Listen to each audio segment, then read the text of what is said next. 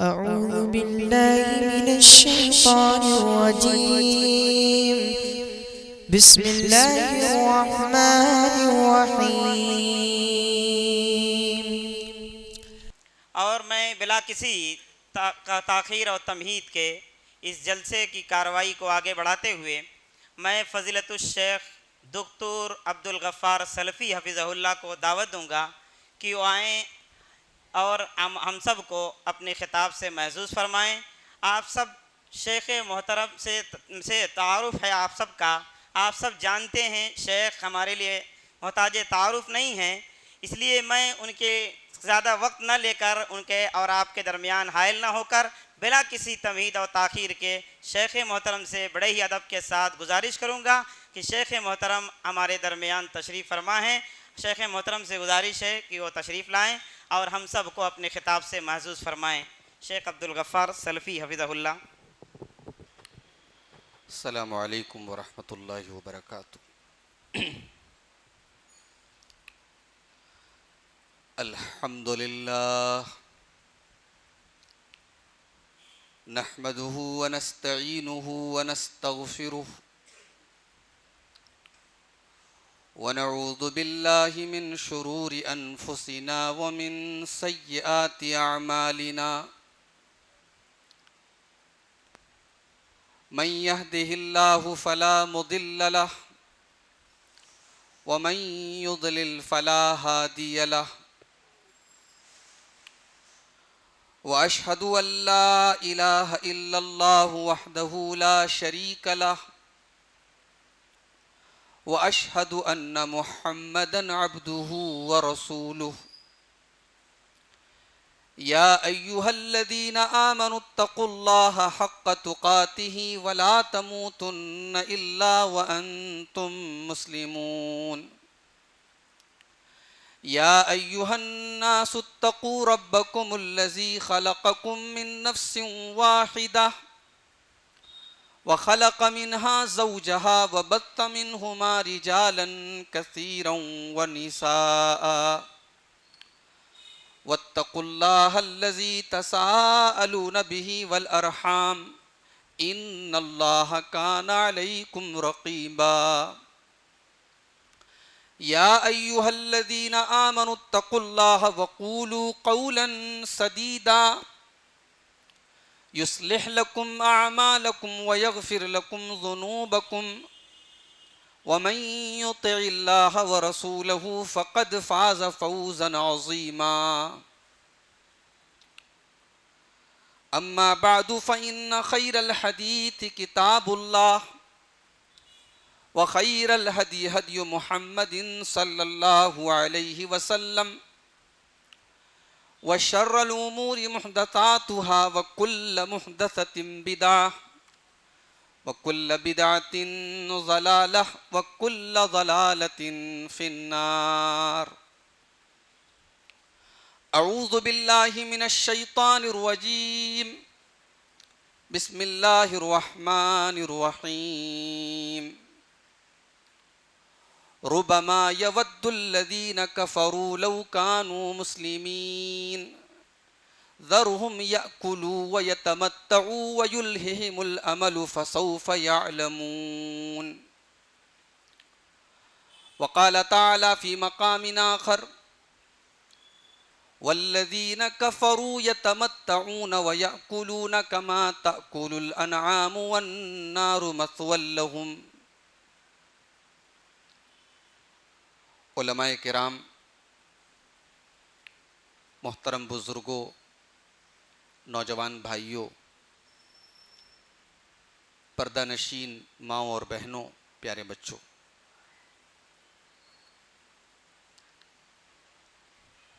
بہت آنن فانن آج کا یہ پروگرام منعقد ہوا. کل میرے پاس فون آیا کہ مسجد قمر میں ڈومن پورہ ایک پروگرام یہاں کے نوجوان رکھنا چاہتے ہیں. میرے پاس فرصت تھی، میں نے کہا ٹھیک ہے، کل اگر آپ لوگ راضی ہو جائیں تو پروگرام رکھ لیا جائے. اور اللہ تعالیٰ کی توفیق سے پروگرام مرتب بھی کر لیا گیا اور آج یہ بڑی خوبصورت مجلس ہمارے سامنے موجود ہے. قرآن حکیم کی 2 آیتیں میں نے آپ کے سامنے پڑھی ہیں، بلکہ 3 آیتیں پڑھی ہیں. پہلے 2 آیتیں میں نے پڑھی ہیں قرآن کے 14ویں پارے کی اسٹارٹنگ سے. 14واں پارہ یہیں سے اسٹارٹ ہو رہا ہے، شروع ہو رہا ہے. اللہ نے فرمایا ربما یود الذین کفروا لو کانوا مسلمین. ایک وقت ایسا بھی آئے گا، ایک ٹائم ایسا بھی آئے گا کہ کافر لوگ یہ تمنا کریں گے کہ ہم مسلمان ہوتے، کاش کہ ہم مسلمان ہوتے. یعنی یہاں اللہ تبارک و تعالیٰ اپنے نبی کو تسلی دے رہا ہے کہ اے نبی، اگر یہ کافر آپ کی بات نہیں مان رہے ہیں، آپ کے اوپر ایمان نہیں لا رہے ہیں، تو آپ گھبرائیے مت، آپ غمگین مت ہوئیے، آپ پریشان مت ہوئیے. کل ایک ایسا دن آئے گا یہ پچھتائیں گے اور یہ حسرت کا اظہار کریں گے، افسوس کا اظہار کریں گے کہ کاش ہم مسلمان ہوتے. اس کے بعد اللہ نے فرمایا ذرہم یاکلوا ویتمتعوا ویلہہم الامل. اے میرے نبی، ان کافروں کو چھوڑ دیجئے، ان کو 3 کام کرنے دیجئے. یہ کھائیں پئیں، یہ انجوائے کریں اور یہ لمبے لمبے پلان بنائیں.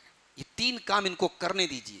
کھاتے رہیں، انجوائے کرتے رہیں، مزے لیتے رہیں اور لمبی لمبی امیدیں، لمبے لمبے پلان، لمبی لمبی آرزویں بنائیں. یہ فسوف یعلمون، ان قریب ان کو اپنا انجام معلوم ہو جائے گا. یہ سورہ ہجر کی آیت نمبر 2 اور 3 ہے، قرآن کریم کے 14ویں پارے کی اسٹارٹنگ کی 2 آیتیں جو میں نے آپ کے سامنے پڑھی. اس کے بعد تیسری آیت میں نے پڑھی تھی سورہ محمد کی آیت نمبر 12. اللہ نے فرمایا والذین کفروا یتمتعون ویأکلون کما تأکل الانعام. اے میرے نبی، جن لوگوں نے کفر کیا، جو کافر ہیں، ان کا 2 ہی کام ہے، وہ مزے لیتے ہیں، وہ تمتع کرتے ہیں، وہ انجوائے کرتے ہیں، وہ عیش کرتے ہیں، وہ گلچھرے اڑاتے ہیں. وَيَأْكُلُونَ كَمَا تَأْكُلُ الْأَنْعَامُ، اور ان کا کام بس یہی ہے کہ جیسے جانور دنیا میں کھانا کھاتے ہیں، طرح طرح کی ڈشز کھاتے ہیں، طرح طرح کے اپنی غذائیں کھاتے ہیں، یہ بھی طرح طرح کی چیزیں کھائیں. وَيَأْكُلُونَ كَمَا تَأْكُلُ الْأَنْعَامُ، ان کی زندگی کا کوئی مقصد نہیں، وہ تو جانوروں کی طرح انجوائے کرتے ہیں اور کھاتے پیتے ہیں. وَالنَّارُ مَثْوًى لَهُمْ، اے نبی ان کافروں کا ٹھکانہ جہنم ہے. دونوں آیتیں میں نے آپ کے سامنے پڑھ دی. قرآن کریم کے 14ویں پارے کی آیت بھی آپ کے سامنے پڑھ دی اور سورہ محمد کی آیت بھی میں نے آپ کے سامنے پڑھ دی. دونوں آیتوں میں اللہ تعالیٰ نے کافر کا ذکر کیا، مومن کا ذکر نہیں کیا ہے. اللہ نے کہا یہ کام کافر کرتا ہے، کھاتا پیتا ہے، انجوائے کرتا ہے اور لمبے لمبے پلان بناتا ہے. میرے بھائیوں، ہم سب اپنے دل پر ہاتھ رکھ کے سوچیں کہ آج ہمارے نوجوانوں کی اکثریت کیا یہی کام نہیں کر رہی ہے؟ ہمارے اکثر نوجوانوں کی زندگی کا موٹو کیا ہے، مقصد کیا ہے، ٹارگٹ کیا ہے؟ عیش کرو. اگر باپ امیر باپ ہے، گھر میں اچھا خاصا بزنس ہے، پیسے کی کثرت ہے، فراوانی ہے، خوشحالی ہے، تو بہترین کپڑے پہن لو، چشمہ لگا لو اور بائک پر نکل جاؤ، عیش کرو، موج مستی کرو. رات کو 2-2 بجے آپ اپنے محلوں اور بستیوں میں ذرا نکل کر دیکھیں. آپ بڑا افسوس ہے ہمیں اور آپ کو، ہماری لڑکیاں غیروں کے ساتھ بھاگ رہی ہیں، بہت بل آ رہے ہیں ہماری پیشانی پر. بڑی ذلت کی بات ہے، ہماری لڑکیاں غیروں کے ساتھ بھاگ رہی ہیں. میرے پاس ویڈیو بنا بنا کے مئو کے بعض لڑکوں نے بھیجا، مولوی صاحب دیکھیے یہ مئو میں ہو رہا ہے. بھائی اسلام نے ڈبل اسٹینڈرڈ نہیں بنایا ہے. لڑکوں کے لیے الگ شریعت اور لڑکیوں کے لیے الگ شریعت نہیں ہے. اگر لڑکیوں کے لیے بے پردگی حرام ہے، بے حیائی حرام ہے، بدکاری حرام ہے، زناکاری حرام ہے، تو میرے بھائی آپ مرد ہیں، آپ لڑکے ہیں، تو آپ کے لیے 100 خون معاف ہیں؟ ایسا نہیں ہے میرے نبی کی شریعت.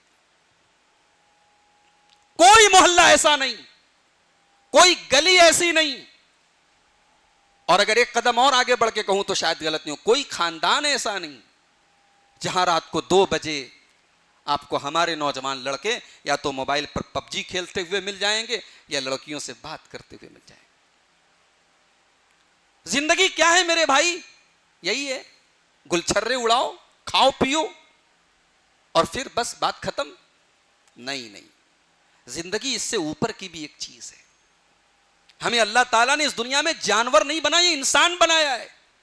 اور انسان بنا کر کے اللہ تعالیٰ نے ہمیں ایک خوبصورت چہرہ دیا ہے، ایک بہترین بدن دیا ہے، ایک اعلیٰ دماغ دیا ہے، بہترین صلاحیتیں دی ہیں. یہ سب کچھ اللہ نے کس لیے دیا؟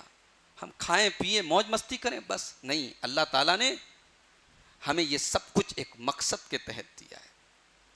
وَمَا خَلَقْتُ الْجِنَّ وَالْإِنسَ إِلَّا لِيَعْبُدُونَ. میرے بندو، ہم نے جنات کو اور انسانوں کو اپنی عبادت کے لیے پیدا کیا ہے. اب یہاں عبادت کا مطلب کیا ہے؟ جب عبادت کا نام آتا ہے ہمارے دماغ میں فوراً مسجد کا خیال آتا ہے، نماز کا خیال آتا ہے. نہیں بھائی، آپ کا بزنس بھی عبادت ہے، آپ اپنی بیوی کا حق ادا کر رہے ہیں، یہ بھی عبادت ہے. آپ اپنے بچوں کی تربیت کر رہے ہیں، یہ بھی عبادت ہے. آپ اپنے گھر اور پریوار کو شریعت کے تقاضے کے مطابق چلا رہے ہیں، یہ بھی عبادت ہے. اسی لیے علامہ ابن تیمیہ نے عبادت کی جو ڈیفینیشن کی ہے وہ بڑی بہترین ڈیفینیشن ہے. علامہ ابن تیمیہ نے کہا العبادت اسم لکل ما یرضی اللہ. اللہ تبارک و تعالی جس سے راضی ہوتا ہے ہر ایسے عمل کو، ہر ایسی ایکٹیویٹی کو، ہر ایسے کام کو، ہر ایسی بات کو عبادت کہتے ہیں. ہم اس دنیا میں اللہ کو راضی کرنے کے لیے آئے ہیں. بھائی دنیا میں ایگزام ہوتا ہے، ایگزام دینے والا اسٹوڈنٹ اگر اس کو ایگزام میں کامیاب ہونا ہے تو وہ چنتا میں رہتا ہے، فکر میں رہتا ہے، مجھے ایگزام میں کامیاب ہونا ہے، پاس ہونا ہے. اور اگر ٹیچر بتا دے بھئی یہ کوسچن آئے گا تیرے ایگزام میں، تو وہ اگر عقل مند اسٹوڈنٹ ہے تو کوئی اور تیاری کرے یا نہ کرے، کم سے کم جو ٹیچر نے بتا دیا ہے کہ بھئی یہ پیپر آؤٹ ہے، یہ سوال آئے گا، یہ اگر تجھے پاس ہونا ہے، کامیاب ہونا ہے، یہ سوال تو حل کر لے. تو عقل مند اسٹوڈنٹ اور عقل مند طالب علم اس سوال سے لاپرواہی نہیں برت سکتا. میرے نوجوان بھائیوں، قیامت کے دن اللہ تبارک و تعالیٰ کے ہاں جو کوسچن پیپر ہوگا، جو سوال و جواب ہوگا، اس میں 4 سوال اللہ کے نبی نے آؤٹ کر دیا ہے.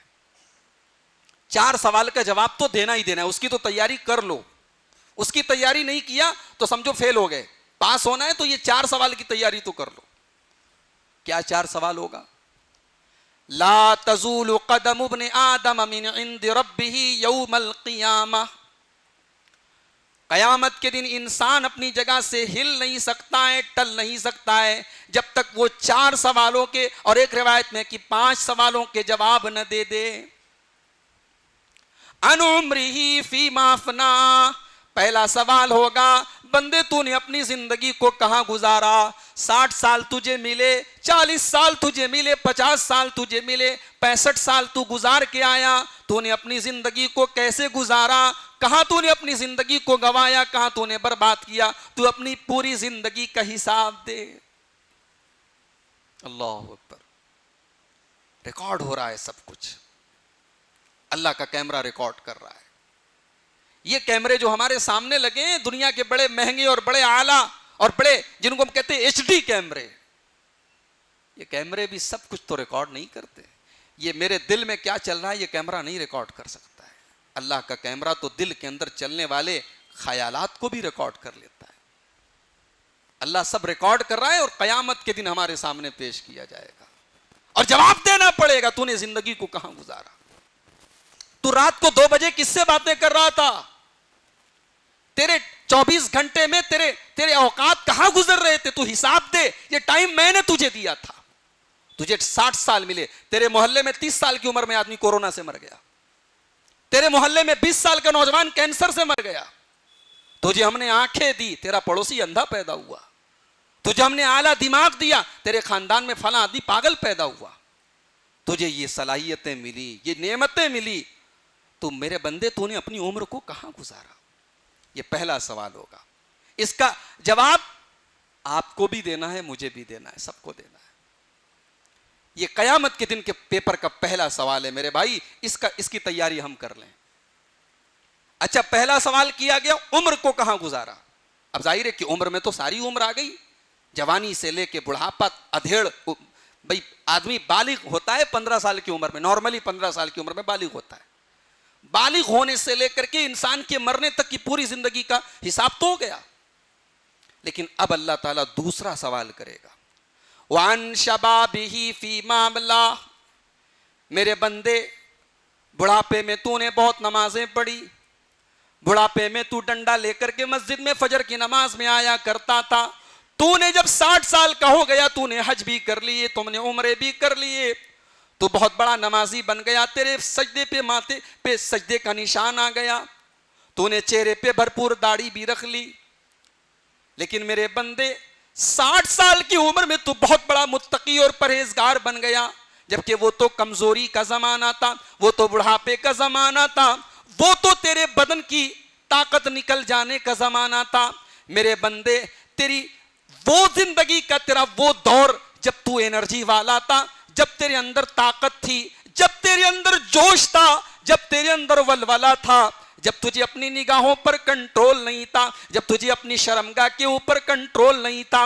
میرے بندے، جب تیرے بدن میں، تیرے بازوؤں میں مچھلیاں تڑپا کرتی تھی، تیرے دماغ میں عشق اور محبت کا بھوت سوار ہوا کرتا تھا، تو بتا تو نے اس 20 سال کی، 25 سال کی، 30 سال کی، 35 سال کی اس جوانی کے دور کو تو نے کہاں گزارا؟ وَعَنْ شَبَابِهِ فِيمَا بَلَغَ. یہ دوسرا سوال ہوگا. اور یہ صرف لڑکیوں سے نہیں ہوگا میرے بھائی، یہ ہم لڑکوں سے بھی ہوگا. ہم سے بھی سوال ہوگا، آپ نے جوانی کہاں گزاری؟ ہوٹلوں میں آپ جا کے رجسٹر چیک کر لیں، زناکاری اور بدکاری جہاں ہو رہی ہے، وہاں رجسٹر میں آپ کو دینیش اور سریش اور رمیش اور راکیش کم ملیں گے، وہاں عبداللہ، عبد الرحمان اور عبد الرحیم یہ نام آپ کو زیادہ ملیں گے.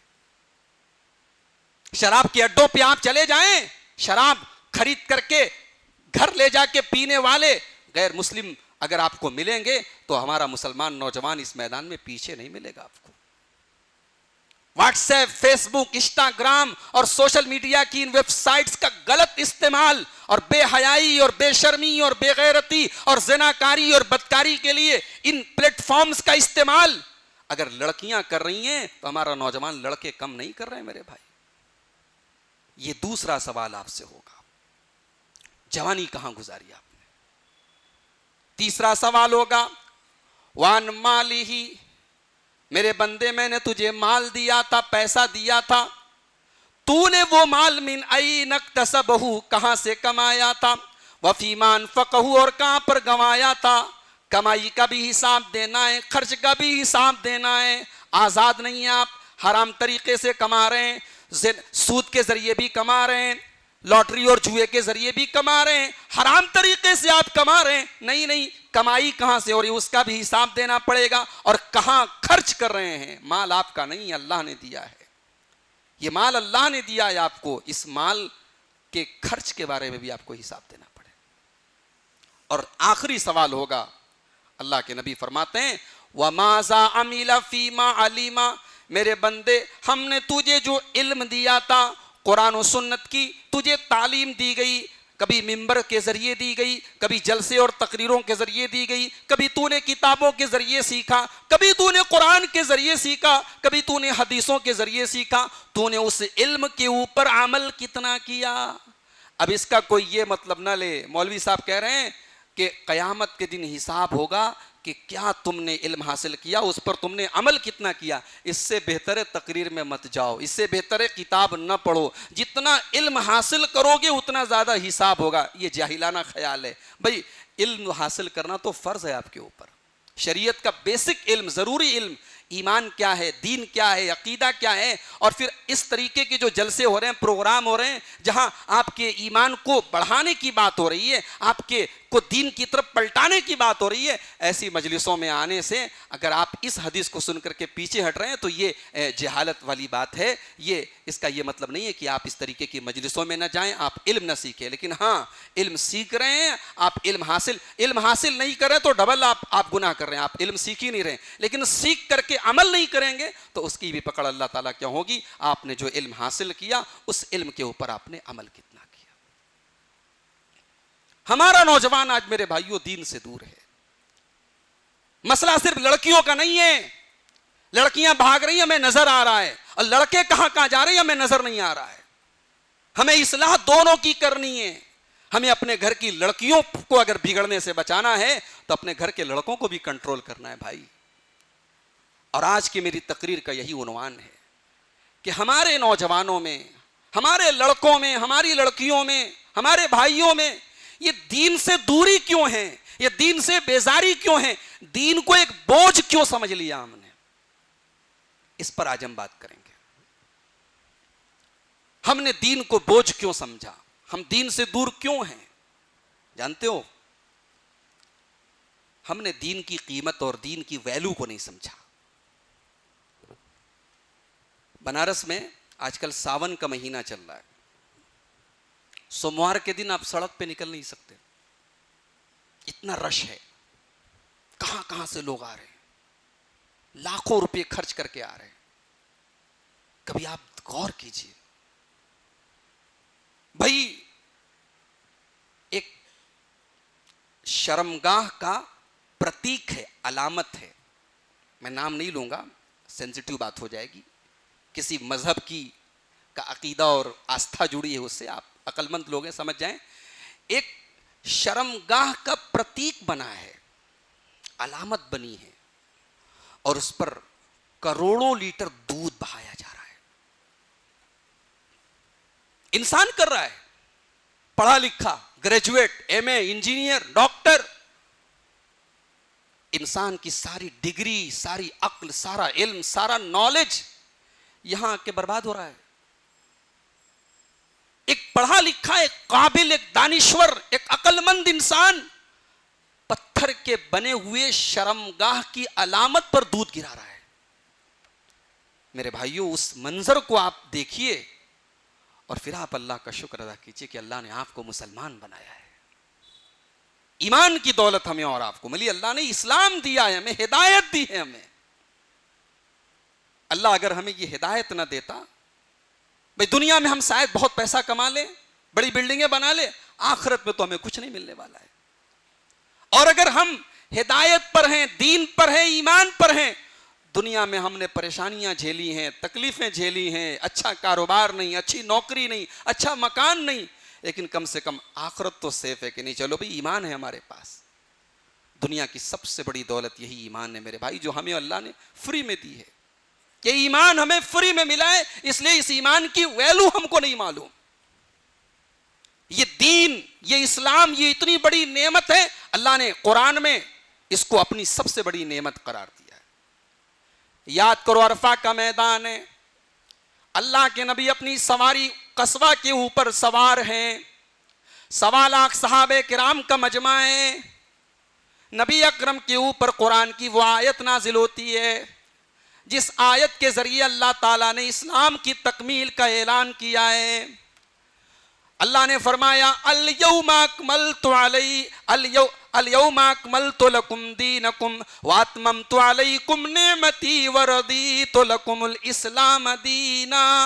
میرے بندو، آج میں نے تمہارے دین کو مکمل کر دیا اور میں نے اپنی نعمتوں کو تم پر تمام کر دیا. یہ اس جملے پر غور کریں آپ.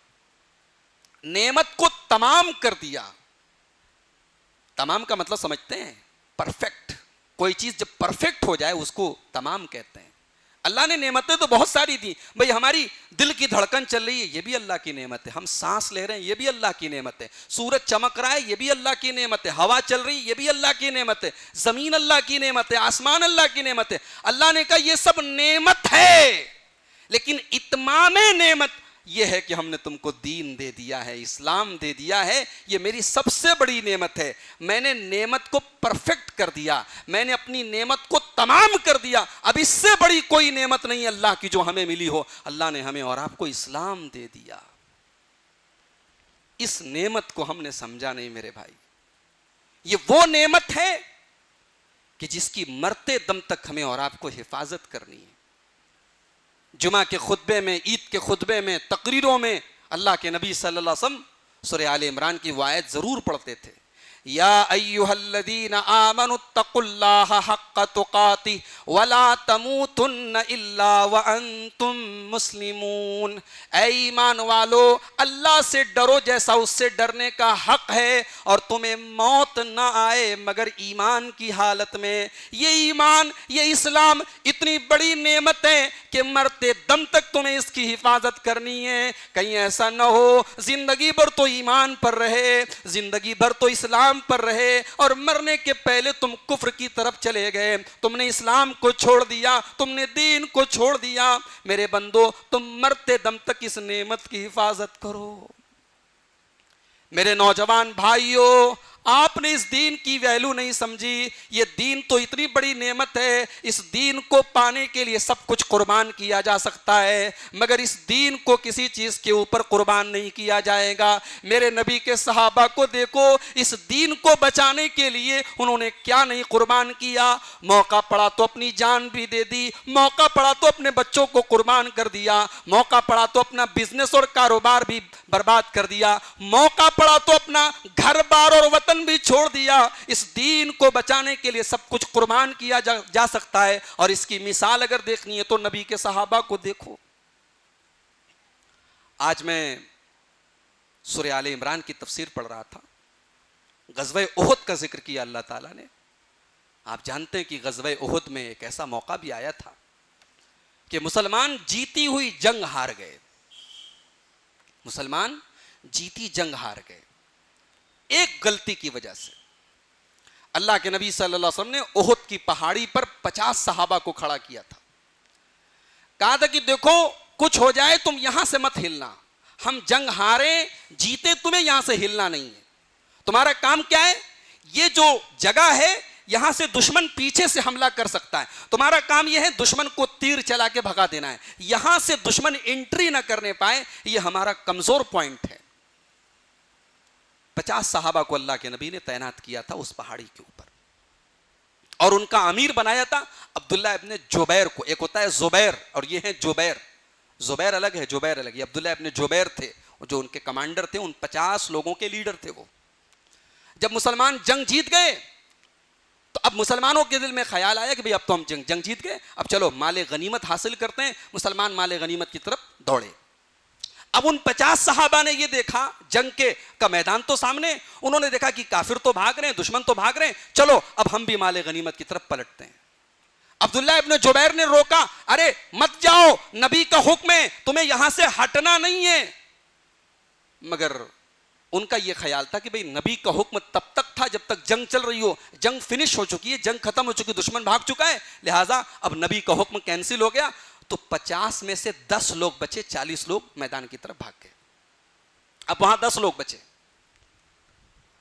اب کافروں کے جو کمانڈر تھے خالد بن ولید تھے، اور یہ جملہ نوٹ کر لو، خالد بن ولید پوری دنیا کی تاریخ میں ایک ایسا فوجی کمانڈر ہے جس کی قیادت میں جنگ کبھی ہاری نہیں گئی ہے۔ یہ جملہ میرا نوٹ کر لو۔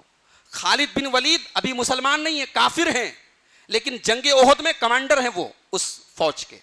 تو ان کے کمانڈر رہتے ہوئے ان کی کبھی فوج ہاری نہیں ہے۔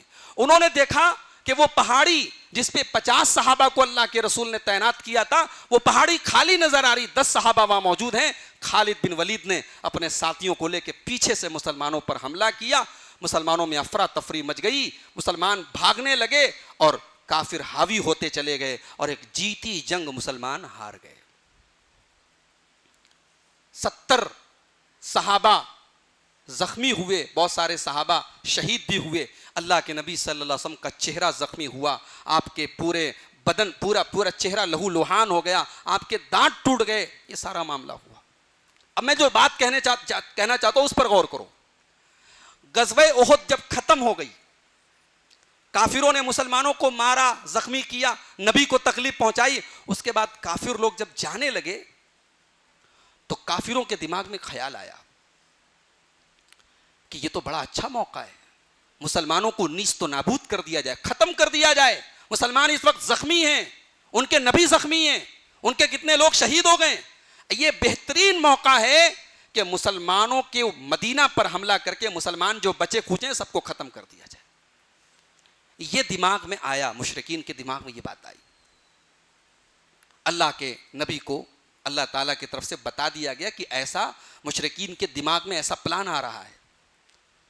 اللہ کے نبی اپنے صحابہ کو اکٹھا کیا, کہا ہے میرے صحابہ مجھے معلوم ہے آپ لوگ فزیکلی بھی ڈسٹرب ہیں اور مینٹلی بھی ڈسٹرب ہیں, آپ جسمانی اعتبار سے بھی تھکے ہوئے ہیں, زخمی ہیں, بدن سے خون رس رہا ہے, اور دماغی طور پر بھی آپ ٹینشن میں ہیں, آپ کے کتنے ساتھی شہید ہو چکے ہیں, آپ کا نبی زخمی ہے.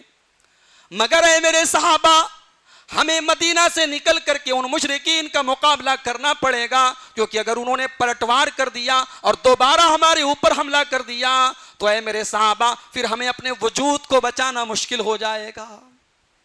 نبی اکرم نے صحابہ کے سامنے اعلان کیا, میرے پیارے بھائیوں دین کتنی بڑی نعمت ہے اور دین کے لیے کس حد تک آدمی قربانی دے سکتا ہے, یہ سیکھنا ہے تو میرے نبی کے صحابہ سے سیکھو. سارے کے سارے صحابہ زخمی ہیں, تکلیف میں ہیں, ٹینشن میں ہیں, مگر نبی کا ایک حکم آیا کہ یا رسول اللہ ہم تیار ہیں. لبیک یا رسول اللہ, نبی کے حکم پر تیار ہو گئے اور مدینہ سے 6 کلومیٹر کی دوری تک نبی کے ساتھ گئے. مشرکین نے جب دیکھا کہ مسلمان پوری تیاری سے واپس آ رہے ہیں, مسلمانوں کے اندر بھی اتنا جذبہ ہے, اتنی ہمت ہے, مشرکین وہاں سے بھاگ گئے اور پھر ان کی ہمت نہیں پڑی. یہ ہوتا ہے میرے بھائیوں دین کے لیے قربانی دینے کا جذبہ جو میرے نبی کے صحابہ کے اندر موجود تھا, اور جن سے ہمیں اور آپ کو یہ سیکھ ملتی ہے, یہ انسپریشن ملتا ہے, یہ سبق ملتا ہے کہ دین وہ ہے جس کے لیے سب کچھ قربان کیا جا سکتا ہے. حضرت صہیب رومی کو دیکھو, حضرت صہیب رومی رضی اللہ تعالیٰ عنہ مکہ سے ہجرت کر کے مدینہ جا رہے ہیں. اپنا سارا پیسہ جو زندگی بھر کی گاڑی کمائی تھی وہ اپنے ساتھ وہ باندھ لیتے ہیں اور اپنے اونٹوں کے اوپر وہ لے جانے کی کوشش کرتے ہیں. مکہ کے مشرکین ان کو روکتے ہیں, اے صہیب تم کہاں جا رہے ہو؟ صہیب کہتے ہیں میں مدینہ جا رہا ہوں, اپنے رسول کے پاس جا رہا ہوں. مکہ کے مشرکین کہتے ہیں اچھا تم محمد کے پاس جا رہے ہو صلی اللہ علیہ وسلم, زندگی بھر ہمارے ساتھ رہے, ہمارے ساتھ بزنس کیا, پیسہ کمایا, اور اب ساری کمائی لے کر کے تم چاہتے ہو مدینہ چلے جاؤ؟ ہم تمہیں جانے نہیں دیں گے. بس ایک راستہ ہے, تم اکیلے جاؤ, اپنا سارا پیسہ, اپنی زندگی بھر کی پونجی جو تم نے یہاں رہ کے کمائی ہے وہ تمہیں چھوڑ کے جانی پڑے گی. اب دیکھو دین کی ویلو کیا تھی صحابہ کی نظر میں. حضرت صہیب رومی رضی اللہ تعالیٰ عنہ نے ایک سیکنڈ بھی نہیں لگایا ڈیسیزن لینے میں, فیصلہ کرنے میں. زندگی بھر کی کمائی کو انہوں نے داؤں پہ لگا دیا اور ان مشرکین کے حوالے کر دیا, اور خالی ہاتھ مکہ سے مدینہ کا سفر انہوں نے طے کیا. جب مدینہ پہنچے نبی اکرم سے ملاقات ہوئی, نبی اکرم نے حضرت صہیب رومی کو گلے لگایا اور کہا کہ اے صہیب ربیح البیع ربیح البیع, اے صہیب تو نے بڑے فائدے کا سودا کیا ہے, تو نے دنیا کے بدلے آخرت کو خرید لیا ہے, تو نے دنیا کو قربان کر کے آخرت کو لے لیا ہے, تو نے ساری زندگی کی کمائی اسلام کے لیے قربان کر دی. اور قرآن کی آیت نازل ہو گئی دوسرے پارے کی, وَمِنَ النَّاسِ مَن يَشْرِي نَفْسَهُ ابْتِغَاءَ مَرْضَاتِ اللَّهِ, میرے کچھ بندے ایسے بھی ہوتے ہیں جو اللہ کو راضی کرنے کے لیے اپنا سب کچھ قربان کر دیتے ہیں, اپنے آپ کو بھی بازی پر لگا دیتے ہیں. ہمارا نوجوان دین کی اہمیت نہیں سمجھتا ہے بھائی. اس دین کو پانے کے لیے ہم نے ایک مکھی کے برابر بھی خون نہیں بہایا ہے نا. ہم نے کچھ قربان نہیں کیا ہے. ہم پیدا ہوئے مسلمان کے گھر میں, ہم نے اسلام کو پانے کے لیے کوئی جدوجہد نہیں کی, کوئی اسٹرگل نہیں کیا, کوئی قربانی نہیں پیش کی. اس لیے اس اسلام کی ویلو ہمیں نہیں پتہ ہے. اس اسلام کی ویلو اگر پتہ کرنا ہے نا, عمار ابن یاسر سے جا کے پوچھ لو, جنہوں نے اپنی ماں کو اپنی آنکھوں کے سامنے شرمناک طریقے سے شہید ہوتے ہوئے دیکھا تھا. اس اسلام کی ویلو کو اگر سمجھنا ہے, حضرت بلال حبشی سے جا کے پوچھ لو, جن کی سینے پہ امیہ ابن خلف گرم پتھر رکھتا تھا اور عرب کی تپتی ہوئی ریت پہ ان کو لٹاتا تھا. ان کے سینے کی چربیاں پگھلنے لگتی تھیں, اور اس تکلیف کے عالم میں بھی بلال اپنے دین کا سودا کرنے کے لیے تیار نہیں ہوتے. بلال کی زبان سے احد احد کی صدائیں نکلتی ہیں. اس اسلام کی ویلو سمجھنا ہے تو بلال حبشی سے پوچھو. اس دین کی اہمیت اور اس دین کی ویلو اگر سمجھنا ہے, ابو بکر صدیق سے جا کر کے پوچھو. غزوہ تبوک کے موقع پر جنہوں نے اپنا سارا دھن دولت, اپنے گھر کا سارا مال اللہ کی راہ میں دے دیا, اور جب نبی نے پوچھا ابو بکر گھر والوں کے لیے کیا چھوڑ کے آئے ہو, تو ابو بکر صدیق کہتے ہیں اے اللہ کے نبی, میں گھر والوں کے لیے اللہ اور اس کے رسول کو چھوڑ کے آیا ہوں, اللہ کے سہارے اپنے گھر کو چھوڑ کے آیا ہوں, اللہ میرے گھر کی حفاظت کرے گا. ہمارا نوجوان اس دین کی ویلو کو نہیں سمجھتا. ہماری بہنیں اس دین کی ویلو, اس دین کو ہم نے بوجھ بنا لیا. ہماری ترقی کے راستے میں دین ہمیں رکاوٹ نظر آتا ہے. ہمیں لگتا ہے بھائی دیندار بنیں گے تو ہماری آزادی پر روک لگ جائے گی. ہماری لڑکیاں, ہماری بہنیں سمجھتی ہیں کہ دینداری کا مطلب پردے میں رہو, دینداری کا مطلب نقاب میں رہو, دینداری کا مطلب غیر محرم سے بات مت کرو. انہیں پابندی لگتی ہے. تو بھائی پابندی تو لگے گی. اگر آپ کو جنت میں جانا ہے تو خواہشات کے گلے پہ تو چھری چلانی پڑے گی. اگر آپ یہ چاہتے ہیں کہ زندگی میں سارا سب کچھ آپ اپنی خواہشات کے مطابق کرتے چلے جائیں, تو یاد رکھو خواہشات کا راستہ جہنم کی طرف جاتا ہے. اللہ کے نبی فرماتے ہیں حفت الجنت بالمکارہ, جنت کو اللہ تبارک و تعالیٰ نے ناپسندیدہ چیزوں سے گھیر دیا ہے. جنت میں جانے کے لیے آپ کو ایسے کام کرنے پڑیں گے جس کی آپ کی طبیعت نہیں چاہتی ہے. 4:15 بجے فجر کی اذان ہو رہی ہے. نواب صاحب رات کے 2 بجے تو بستر پہ سوئے ہیں اپنی گرل فرینڈ سے چیٹنگ کر کے, اب بستر پہ لیٹے ہیں. اب 4:15 بجے نیند کیسے کھلے گی؟ دین کا تقاضا ہے کہ بستر کو چھوڑا جائے. الصلاۃ خیر من النوم کی آواز آ رہی ہے, نماز نیند سے بہتر ہے, نیند کو ترک کر دیا جائے. دل کے لیے مشکل ہے, خواہشات کے لیے مشکل ہے, مگر جنت میں جانا ہے تو خواہشات کو قربان کرنا پڑے گا میرے بھائی. اللہ نے آپ کو پیسہ دیا ہے, آپ نے محنت کی ہے, پسینہ آپ نے بہایا ہے, کاروبار آپ نے کیا ہے, دماغ آپ کا لگا ہے, ٹیلنٹ آپ کا لگا ہے.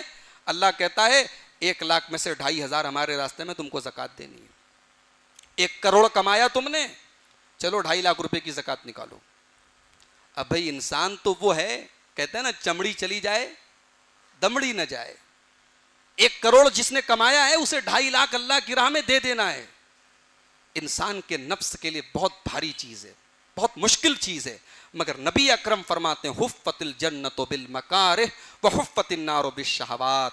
جنت میں اگر جانا ہے تو مکارہ ناپسندیدہ چیزوں کو کرنا پڑے گا, اور جہنم میں اگر جانا ہے تو شہوات کے راستے پہ چلے جاؤ. زنا کرنے کا جی چاہ رہا ہے زنا کر لو, شراب پینے کا جی چاہ رہا ہے شراب پی لو, جوا کھیلنے کا جی چاہ رہا ہے حرام کام جتنی چیزوں کی اچھا کرے, خواہشات ہو.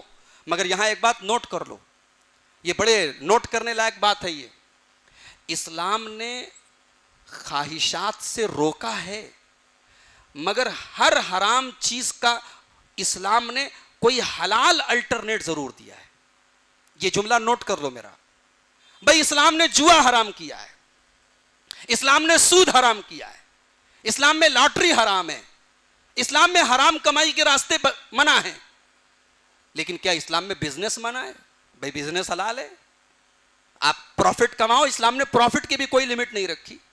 100 روپے کی ساڑی بنا کے لوگ 1,000 کی بیچ رہے ہیں, کوئی پابندی نہیں ہے. بزنس کریں آپ, اللہ نے آپ کو ایک حلال الٹرنیٹ دیا ہے.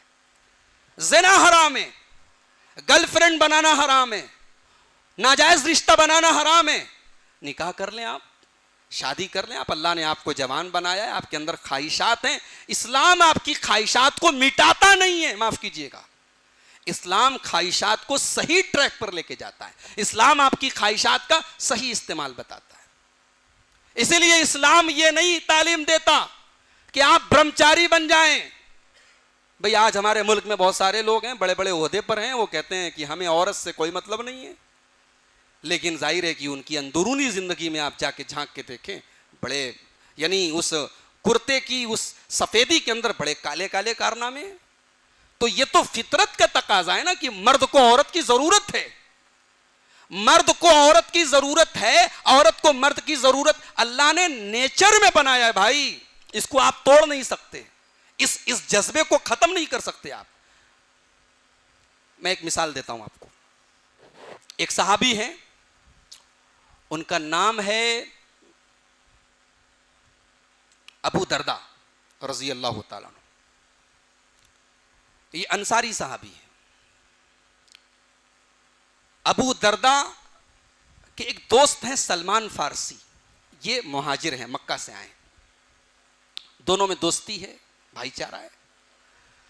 بخاری کی روایت ہے, حضرت سلمان فارسی رضی اللہ تعالیٰ عنہ اپنے دوست سے ملاقات کرنے کے لیے جاتے ہیں.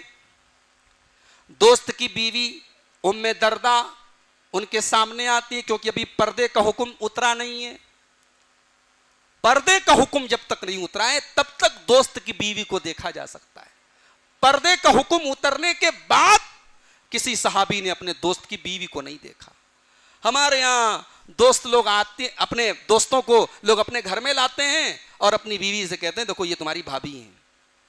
اب وہ بھائی اپنے دوست کی بیوی کو دوست دیکھ رہا ہے, دیکھ ہی نہیں رہا ہے, بات چیت کر رہا ہے, اس کے ساتھ بیٹھ کے کھانا کر رہا ہے, وہ لا کے کھانا پروس رہی ہے. اور یہ کہاں ہو رہا ہے؟ دیندار گھروں میں ہو رہا ہے. غلط ہے میرے بھائی, یہیں سے غلط راستے نکلتے ہیں, بدکاری یہیں سے نکلتی. آپ اپنے جوان دوست کو اپنے گھر میں لائے, آپ کی بہن ہے اور آپ کے دوست سے وہ باتیں کر رہی ہیں, اور آپ بہت مطمئن ہیں کہ بھائی میری بہن ہے تو میرے دوست کی بھی بہن ہو گئی, آپ کے کہنے سے بہن ہو گئی. بھائی اسلام تو وہ دین ہے جو یہ کہتا ہے کوئی اگر کسی کو اپنا بیٹا بنا لے, کسی کو گود لے لے, کسی کو ایڈاپٹ کر لے, تب بھی وہ عورت جس نے اس کو گود لیا ہے وہ اس کی ماں نہیں بن سکتی ہے. وہ لڑکا بالغ ہو جائے گا تو وہ عورت اس کے لیے غیر محرم ہو جائے گی, اس کو پردہ کرنا پڑے گا, اپنی ماں سے ایک غیر محرم کی طرح ٹریٹ کرنا پڑے گا, بیہیو کرنا پڑے گا. آپ گھر میں دوستوں کو انٹری دے رہے ہیں. آپ کی بہن جا رہی ہے اپنی سہیلی کے یہاں, کالج میں پڑھتی ہے, نوٹس لینے کے بہانے جا رہی ہے, اور پتہ لگا کہ سہیلی کے بھائی سے بھی وہ باتیں کر رہی ہے. بھائی دیکھو یہ ایک بے پردگی وہ ہوتی ہے جو گھر کے باہر ہوتی ہے, وہ ہمیں نظر آتی ہے, ہم بہت مطمئن ہیں, خوش ہیں, ہمارے یہاں کی لڑکیاں تو نقاب میں نکل رہی ہیں. بھائی یہ گھریلو بے پردگی, اس پر پہلے آپ روک لگائیں, یہ بہت زیادہ خطرناک ہے. یہ گھر کے باہر کی بے پردگی سے زیادہ خطرناک ہے. کزن بردرز ہیں, کزن سسٹرز ہیں, خالہ کے لڑکے ہیں, چاچا کے لڑکے ہیں, ماما کے لڑکے ہیں, ظاہر ہے کہ یہ آپس میں غیر محرم ہے. ہمارے یہاں اس کو لوگ بھائی بہن سمجھتے ہیں. خالہ کی لڑکی سے کوئی پردہ نہیں, ماما کی لڑکی سے کوئی پردہ نہیں, چاچا کی لڑکی سے کوئی پردہ نہیں. بھائی یہ سارے رشتے غیر محرم ہیں. کبھی سامنا ہو گیا, غلطی سے الگ ہو گئے, الگ بات ہے. چاچا کی لڑکے لڑکیاں آپس میں بے تکلفی سے باتیں کر رہی ہیں, خالہ کے لڑکے لڑکیاں آپس میں چیٹنگ کر رہے ہیں, یہیں سے گناہ کے راستے نکلتے ہیں میرے بھائی. سلمان فارسی ابو دردہ کے گھر آئے. ام دردہ جو ان کے دوست کی وائف ہیں, بیوی ہیں, وہ سامنے آتی ہیں, دعا سلام ہوتی ہے.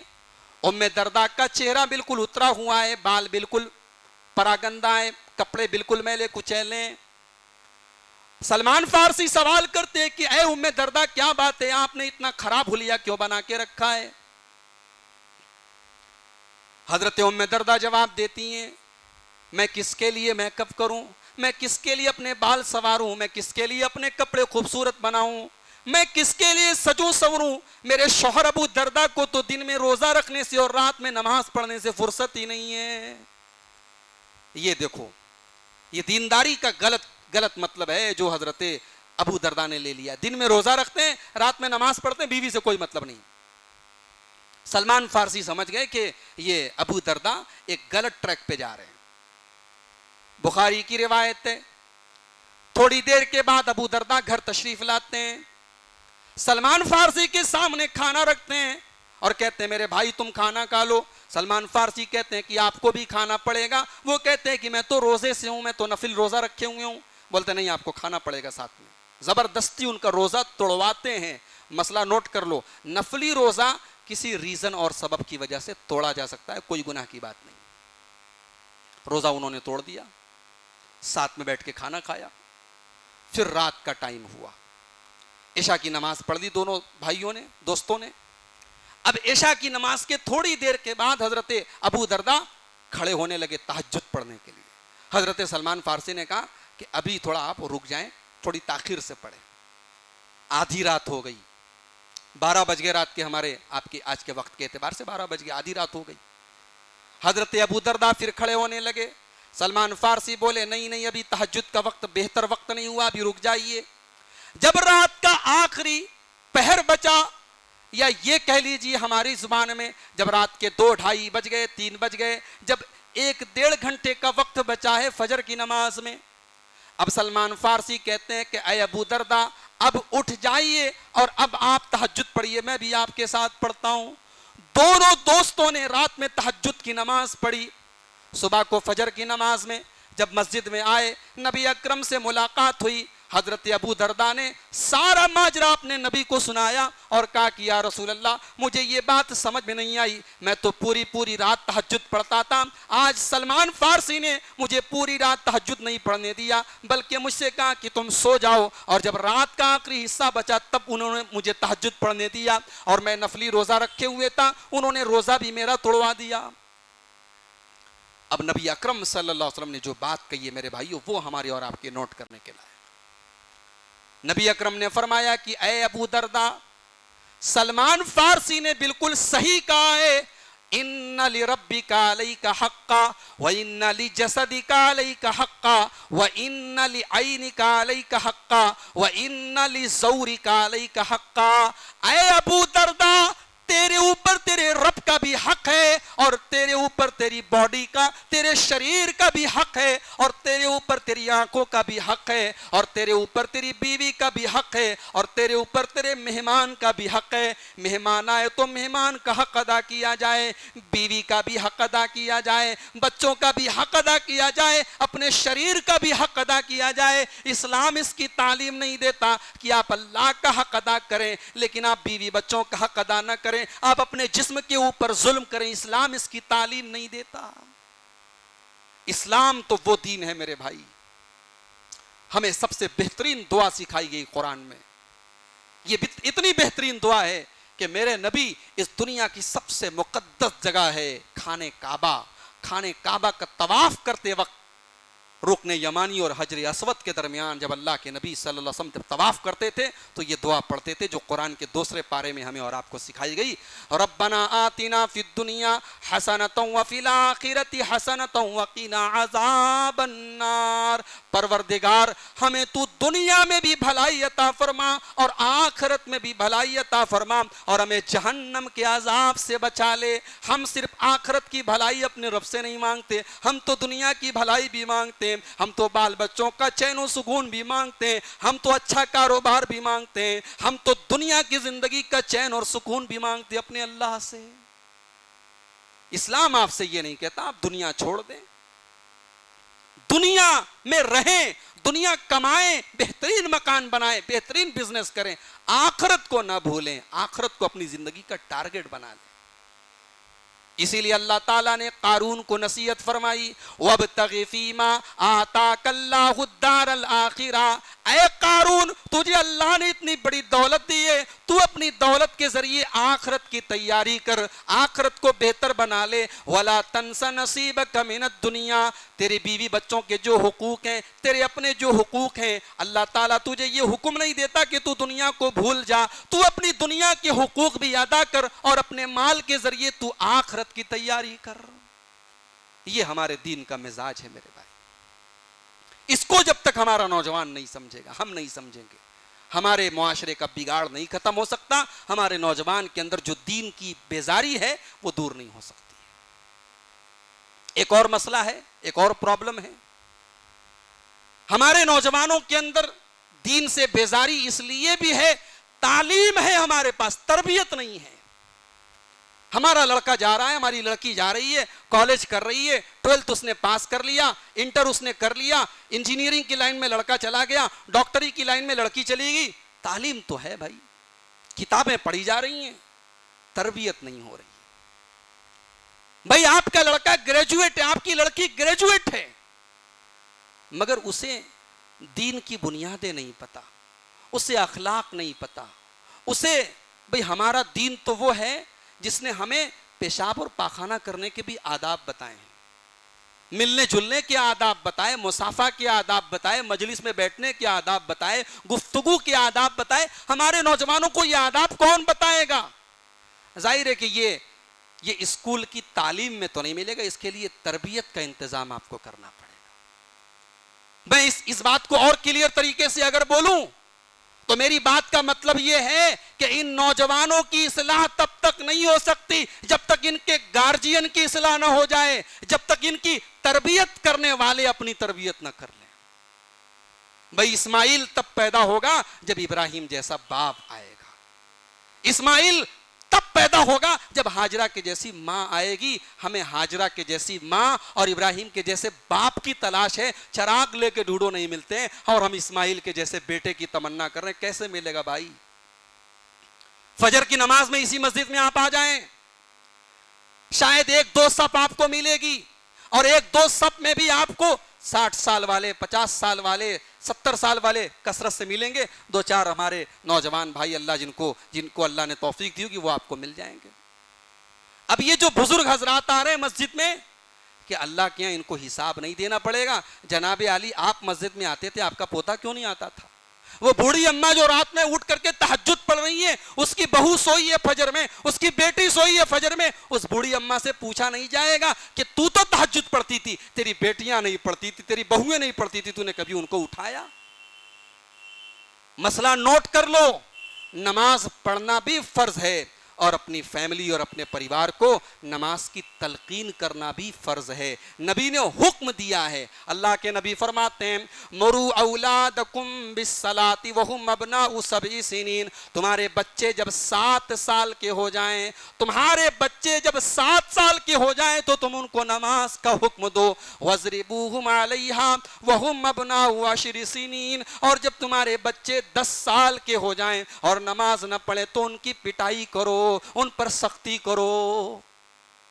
اللہ تعالیٰ سورہ طٰہٰ میں کہتا ہے وَأْمُرْ أَهْلَكَ بِالصَّلَاةِ وَاسْتَبِرْ عَلَيْهَا، او لوگو تم اپنے پریوار کو، اپنے بال بچوں کو نماز کا حکم دو اور خود بھی نماز کے اوپر جمے رہو۔ جب خود آپ نماز کی پابندی کریں گے تب آپ اپنے بچوں کو نمازی بنائیں گے۔ قرآن کہتا ہے اپنے بچوں کو بھی نمازی بناؤ اور خود بھی نماز کی پابندی کرو۔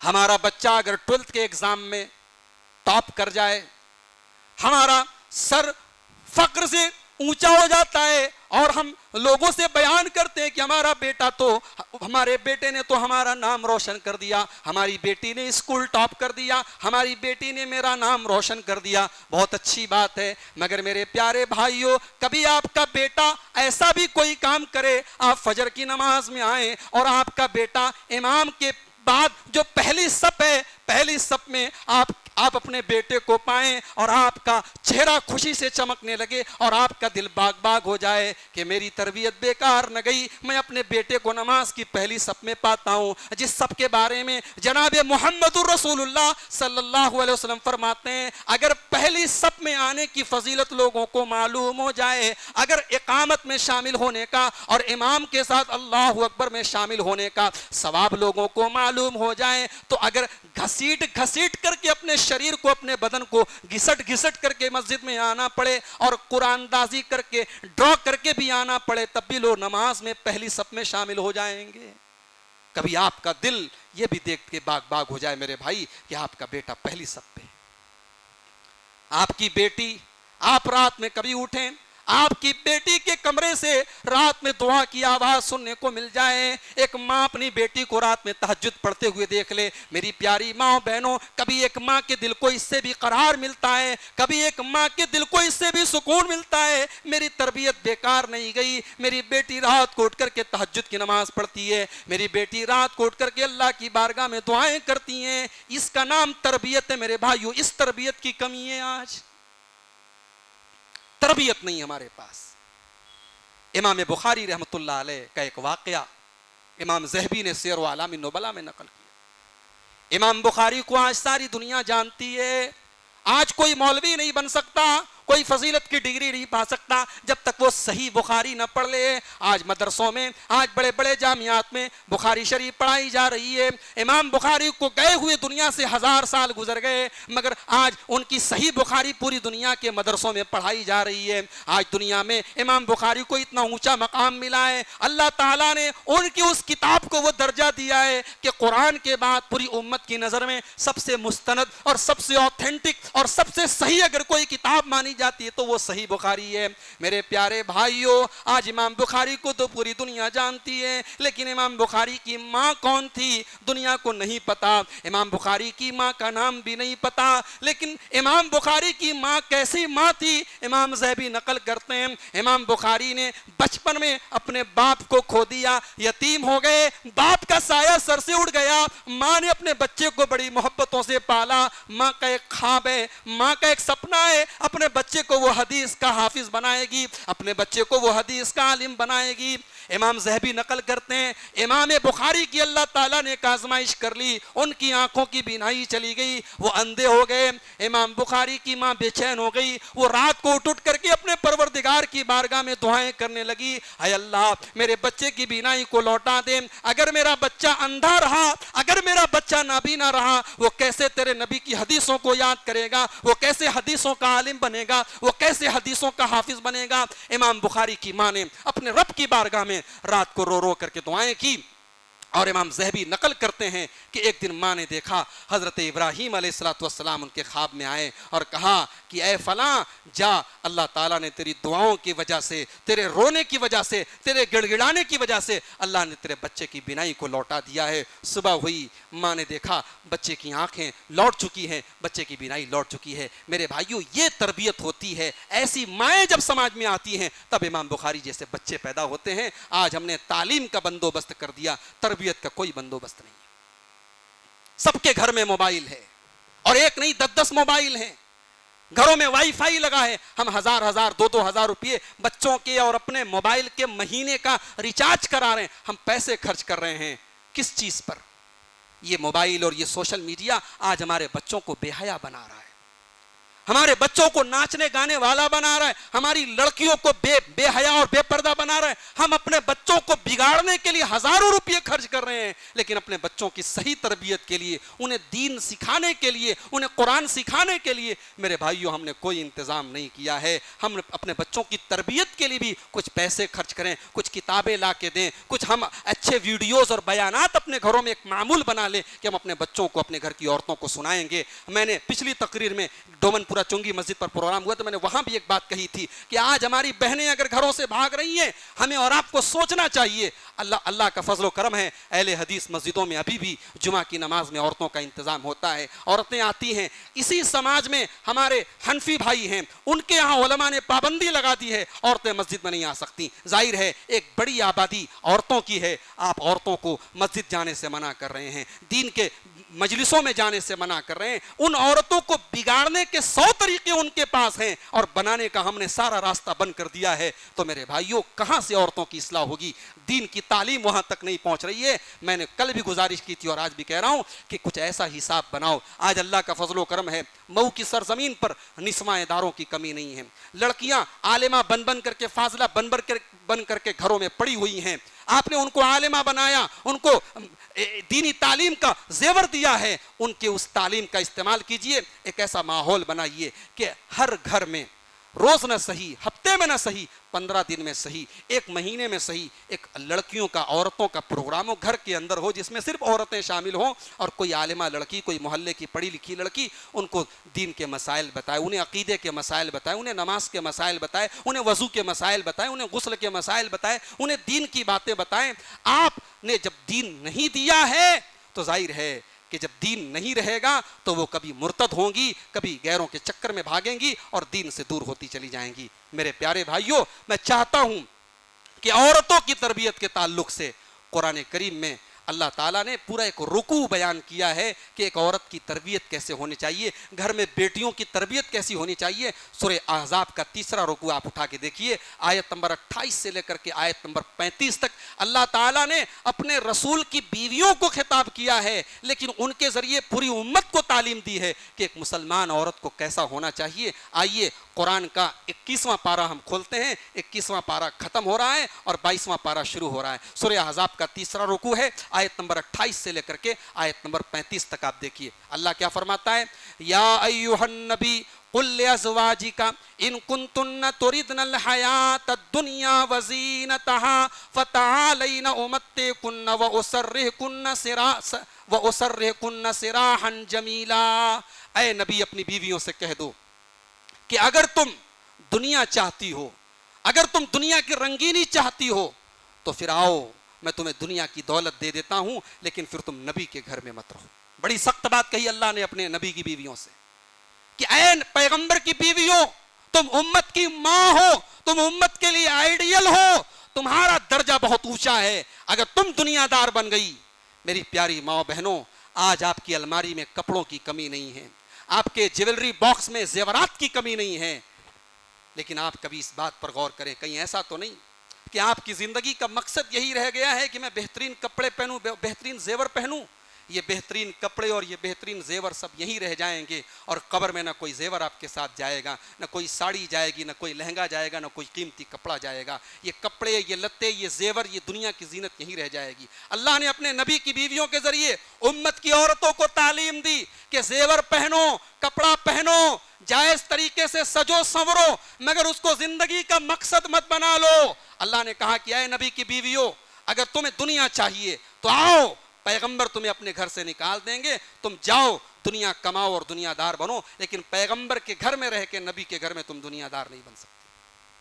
اس کے بعد فرمایا وَإِن كُنتُنَّ تُرِدْنَ اللَّهَ وَرَسُولَهُ وَالدَّارَ الْآخِرَةَ فَإِنَّ اللَّهَ أَعَدَّ لِلْمُحْسِنَاتِ مِنْكُنَّ أَجْرًا عَظِيمًا۔ اور اے نبی کی بیویوں، اے نبی کی بیویوں، اگر تمہیں اللہ تعالیٰ محبوب ہے، تم اللہ کو چاہتی ہو، تم رسول کو چاہتی ہو، اور تم آخرت میں اپنا گھر بنانا چاہتی ہو، تو اللہ تعالیٰ نے تمہارے ہی جیسی نیک عورتوں کے لیے بہت بڑا ثواب تیار کر کے رکھا ہے۔ یا نساء النبی من یات منکن بفاحشۃ مبینۃ یضاعف لها العذاب ضعفین وکان ذلک علی اللہ یسیرا۔ اور اے نبی کی بیویوں، اگر تم میں سے کسی نے کوئی غلط کام کیا، کوئی بے حیائی کا کام کیا، کوئی بدکاری کا کام کیا، تو چونکہ تمہارا تعلق رسول سے ہے، تم رسول کی گھر والی ہو، تم رسول کی بیوی ہو، لہٰذا تمہیں سزا بھی ڈبل ملے گی، تمہیں گناہ بھی ڈبل ملے گا،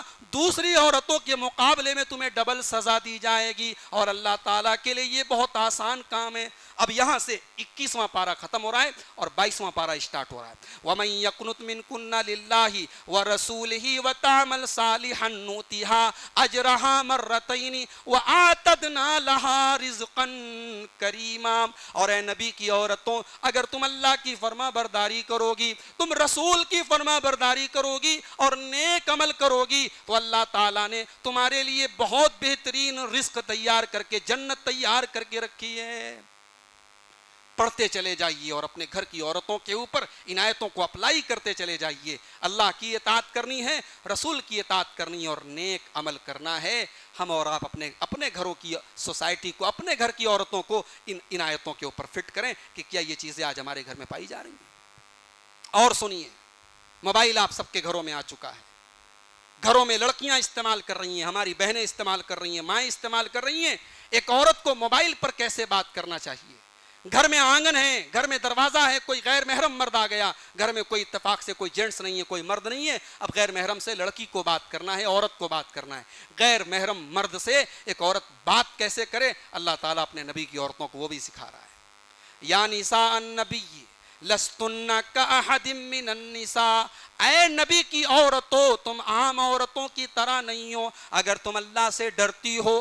فلا تخضعن بالقول, تو تم اپنی آواز میں نرمی نہ پیدا کرو, اپنی آواز میں مٹھاس نہ پیدا کرو, اپنی آواز میں تم لوچ نہ پیدا کرو, اپنی آواز میں تم لچک نہ پیدا کرو. فیطمع الذی فی قلبہ مرض, کہیں ایسا نہ ہو کہ تم جس سے موبائل کے اوپر باتیں کر رہی ہو, کہیں ایسا نہ ہو کہ تمہارے دروازے پر جو غیر محرم مرد آیا ہے وہ تمہاری میٹھی آواز سے اس کے دل میں کوئی غلط خیال پیدا ہو جائے. وہ تو پہلے سے ہی بیمار ہے, وہ تو پہلے سے ہی شہوت کا مریض ہے. اس شہوت کے مریض کو, اس انسان کو, اس بدنیت انسان کو تمہاری میٹھی بات, آج کیا ہوتا ہے, ایک رانگ نمبر سے کوئی کال آتی ہے اور وہ جا کر کے ختم ہوتی ہے زناکاری کے اوپر. ایسا بھی ہوا, ایسے بھی واقعات ہوئے ہیں, ایک رانگ نمبر سے کوئی کال آئی اور وہ زناکاری پر جا کر کے ختم ہوئی.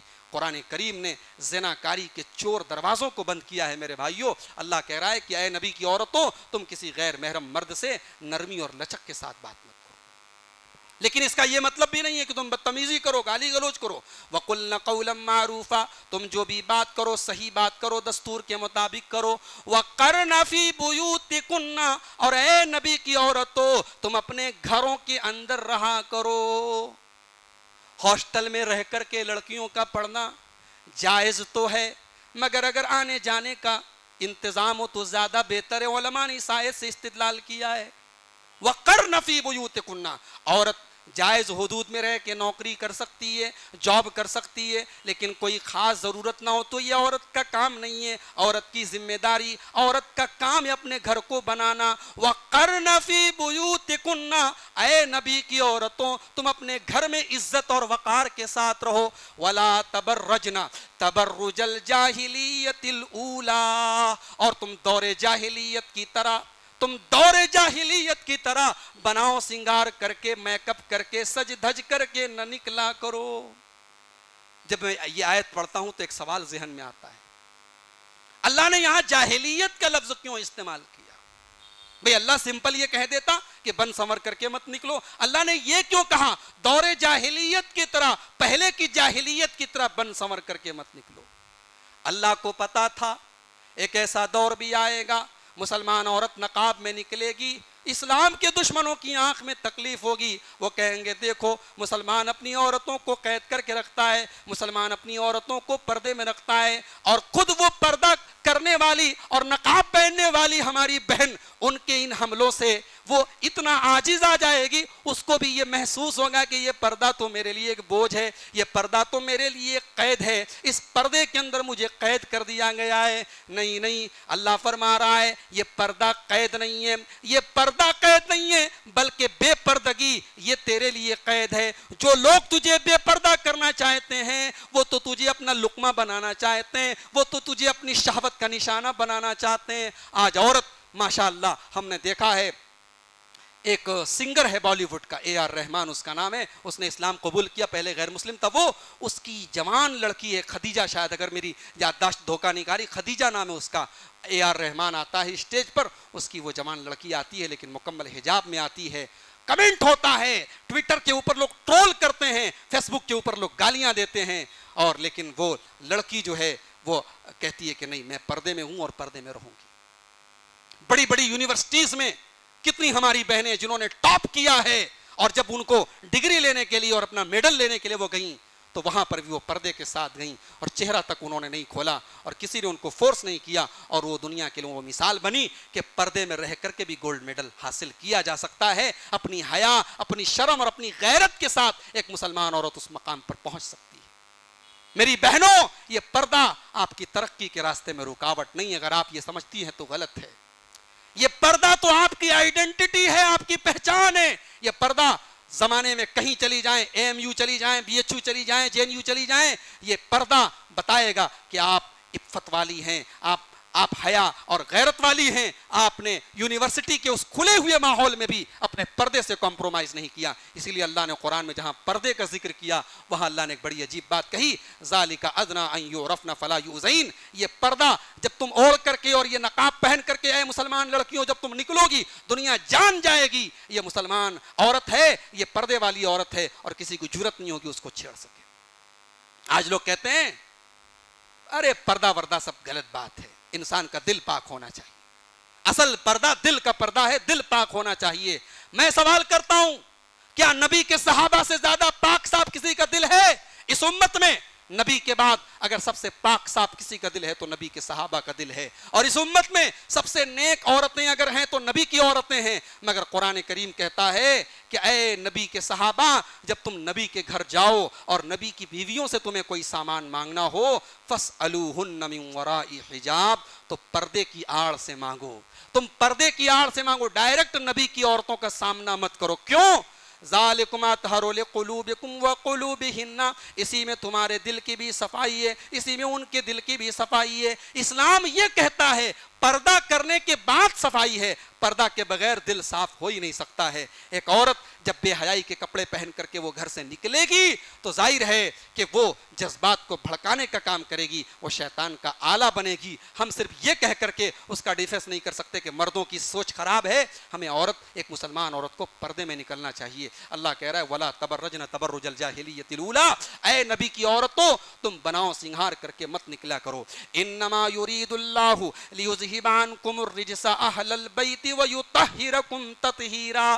اے نبی کے اہل بیت، اے نبی کی گھر والیوں، اللہ تعالیٰ یہ احکامات تمہیں اس لیے دے رہا ہے، یہ شکھائیں تمہیں اس لیے دی جا رہی ہیں تاکہ ہر قسم کی گندگی کو تم سے دور کر دیا جائے اور اللہ تعالیٰ تمہیں بالکل پاک اور صاف کر دے. اب آخری حکم سنیے قرآن کریم کی کا گھر کی عورتوں کی اصلاح کے سلسلے میں، وَذْكُرْنَ مَا يُتْلَى فِي بُيُوتِكُنَّ مِنْ آيَاتِ اللَّهِ وَالْحِكْمَةِ، اور اے نبی کی عورتوں تمہارے گھروں میں جو قرآن کی تلاوت ہوتی ہے اور جو نبی کی حدیثیں پڑھی جاتی ہیں. اللہ نے قرآن کا بھی نام لیا اور حکمت کا بھی نام لیا. حکمت کا مطلب حدیث، یعنی مسلمان کے گھر میں قرآن کی تلاوت بھی ڈیلی ہونی چاہیے اور حدیث بھی ڈیلی پڑھی جانی چاہیے.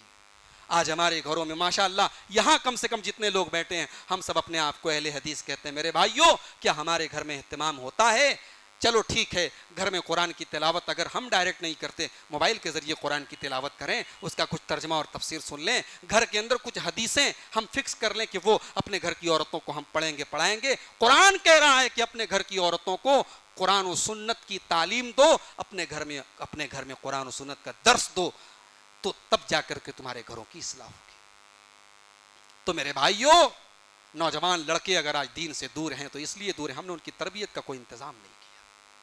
ایمان والے تو اللہ کی بارگاہ میں دعا کرتے ہیں ربنا ہب لنا من ازواجنا وذریاتنا قرۃ اعین، پروردگار تو ہماری بیویوں کو اور ہمارے بچوں کو ہماری آنکھوں کی ٹھنڈک بنا دے. وجعلنا للمتقین اماما، اور اے اللہ تو ہمیں متقیوں کا امام بنا دے، تو ہمیں متقیوں کا پیشوا بنا دے. اپنی حیثیت گھر میں ایسی بنا لو میرے بھائیوں کہ آپ آئیڈیل بن جائیں.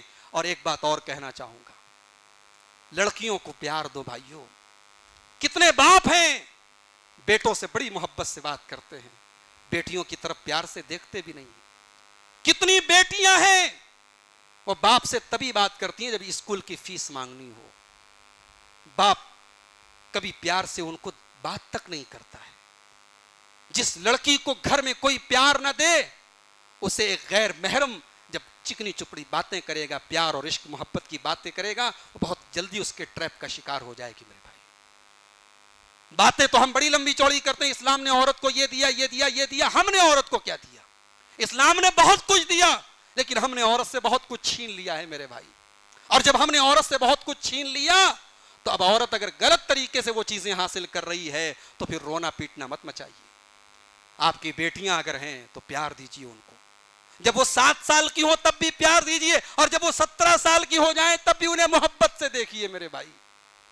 اما عائشہ فرماتی ہیں اللہ کے نبی کی لاڈلی بیٹی حضرت فاطمہ زہرا جب اللہ کے نبی سے ملنے کے لیے آتی تھی، نبی اکرم اپنی بیٹی کے استقبال میں کھڑے ہو جاتے تھے اور اپنی بیٹی کا ہاتھ پکڑ کر کے چوم لیتے تھے اور اپنے بازو میں اپنی سیٹ پر اپنی جگہ اپنی بیٹی کو بٹھاتے تھے.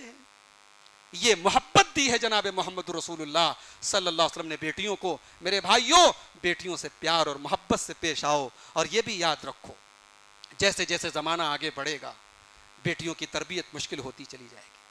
ایک طرف ہمیں بیٹی کو پڑھانا بھی ہے, بیٹی کو زمانے کی گندی نظروں سے بچانا بھی ہے, بیٹی کو صحیح غلط کی تمیز بھی سکھانی ہے, اور پھر بیٹی کو ودا بھی کرنا ہے. یہ کوئی چھوٹی موٹی بات ہے؟ جس بیٹی کو ہم نے محبت سے پالا ہے, پوسا ہے, جس کے زندگی میں سارے شوق اور ارمان پورے کیے ہیں, آج ایک امید پر کہ یہ میری بیٹی کو خوش رکھے گا. بھئی ظاہر ہے کہ کوئی گارنٹی تو نہیں دے سکتا کسی کے بارے میں, ایک امید ہوتی ہے, ایک آسرا ہوتا ہے, ایک اندازہ ہوتا ہے. انسان اپنی بیٹی کو ودا کرتا ہے. بہت بڑی آزمائش ہے میرے بھائی, اور خاص طور سے فطروں کے اس دور میں بیٹی کی پرورش بہت بڑا امتحان ہے. اور اسی لیے جناب محمد رسول اللہ صلی اللہ علیہ وسلم نے بیٹی کی پرورش پر جنت کی بشارت دی ہے. اللہ کے نبی فرماتے ہیں من ابتلی من هذه البنات شيئا كن له سترا من النار. جس کو اللہ تبارک و تعالی بیٹی دے کر کے آزمائے اور اس آزمائش میں وہ کھرا اتر جائے تو وہ بیٹی اپنے ماں باپ کو جہنم کی آگ سے بچانے کا کام کرے. تو پریوار کی فکر کرو میرے بھائی, اپنے کو نمازی بنا رہے ہو تو پریوار کو بھی نمازی بناؤ. تہجد کے لیے رات میں اٹھتے ہو تو اپنی اہلیہ کو بھی اٹھاؤ. بھائی گھومنے جاتے ہو تو اہلیہ کو لے کے جاتے ہو, شاپنگ کرنے جاتے ہو تو لے کے جاتے ہو. نماز پڑھنے کے لیے فجر میں اٹھ رہے ہو, بیوی کو اٹھاؤ, بیوی اٹھے شوہر کو اٹھائے, ناپاکے کہے جاؤ غسل کرو. گھروں میں مکان ایسا بناؤ جوائنٹ, اگر کمرے ہیں تو کمروں میں اٹیچ باتھ روم بناؤ تاکہ شادی شدہ لوگوں کے لیے غسل کے مسائل پیدا نہ ہو, اور وہ اگر ناپاکی کا مسئلہ ہے تو وہ دور ہو جائے اور فجر کی نماز وہ جماعت سے آ کر کے پڑھے. یہ بھی ایک پریکٹیکل بات ہے, اس پر بھی ہمیں اور آپ کو ناراض ہونے کی ضرورت نہیں ہے. لائف سٹائل لوگوں کا چینج ہو چکا ہے. اگر آپ نئے مکان بنا رہے ہیں اٹیچ, ٹھیک ہے لیٹرین آپ باہر رکھیے لیکن باتھ روم آپ اٹیچ بنوائیے تاکہ آپ کا لڑکا شادی کے بعد فجر کی جماعت میں شامل ہو, وہ ناپاکی کو بنیاد بنا کر کے جماعت سے دور نہ رہے.